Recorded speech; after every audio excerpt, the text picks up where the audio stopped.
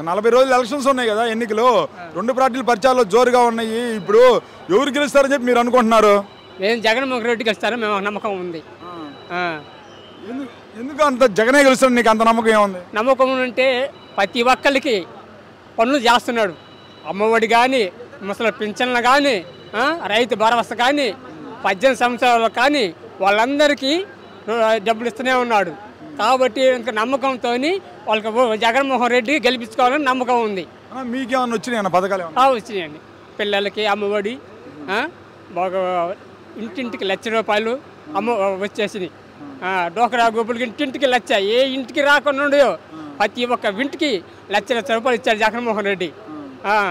మరి ఇప్పుడు జగన్మోహన్ రెడ్డి ఇంత బాగా చేశారంటున్నాం కదా, జగన్ ఓడియడానికి అన్ని పార్టీలు కలిసి వస్తున్నాయి కదా. వాళ్ళకి చేత కాక వాళ్ళు ప్రతి ఒక్కరిని పోగు చేసుకొని ఈ ఛాన్స్ పోతే మనకు దొరకదని ప్రతి ఒక్కరిని కూటకం చేసుకొని మన ముందు రావాలని వాళ్ళు వేస్తున్నారు. అంతకు జగన్మోహన్ రెడ్డి తప్ప ఎవరు రావటానికి ధైర్యం చాలదు ఎవరికి. ఒంటరిగా సింహం ఒంటరిగానే వస్తుంది, కానీ ఎన్ని వచ్చినా కానీ మేకలు ఎన్ని వచ్చినా సింహం దెబ్బకి పారాడిపోవాల్సిందే, కానీ ఎన్నిక దగ్గటానికి వీలు లేదు. సింహం అంటావు? సింహమే ఒంటరిగా. మేకలైతే కానీ ఒంటరిగా సింహం వస్తుంది. అది గాండ్రవితి మేకలు మొత్తం వెళ్ళిపోతాయి, పచ్చే వెళ్ళిపోతాయి. అట్లా సింహం గాండిస్తే మేకలు వచ్చేస్తుంది.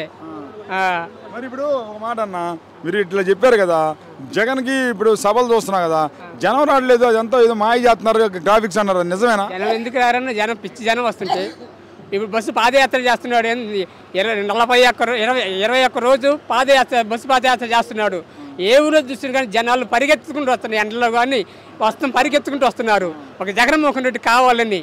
నిన్న పింఛన్లు ఇస్తుంటే 4 ముసలి వాళ్ళు రాలేక చచ్చిపోయారు. దేనివల్ల అంటే చంద్రబాబు నాయుడు చేసిన కారణం కాబట్టి చచ్చిపోయారు. వాళ్ళ నిండా పెట్టారు జగన్మోహన్ రెడ్డి. వాళ్ళ ముసలి ఇంటింటికి తీసుకెళ్ళి పింఛన్లు ఇస్తున్నారు ముసలి వాళ్ళకి. మరి జగన్మోహన్ రెడ్డి కావాలి మాకు, ఖచ్చితంగా జగన్మోహన్ రెడ్డి గెలిపించుకొని మరి మంచి స్థాయిలోకి తీసుకురావాలని మా కోరిక ఉంది.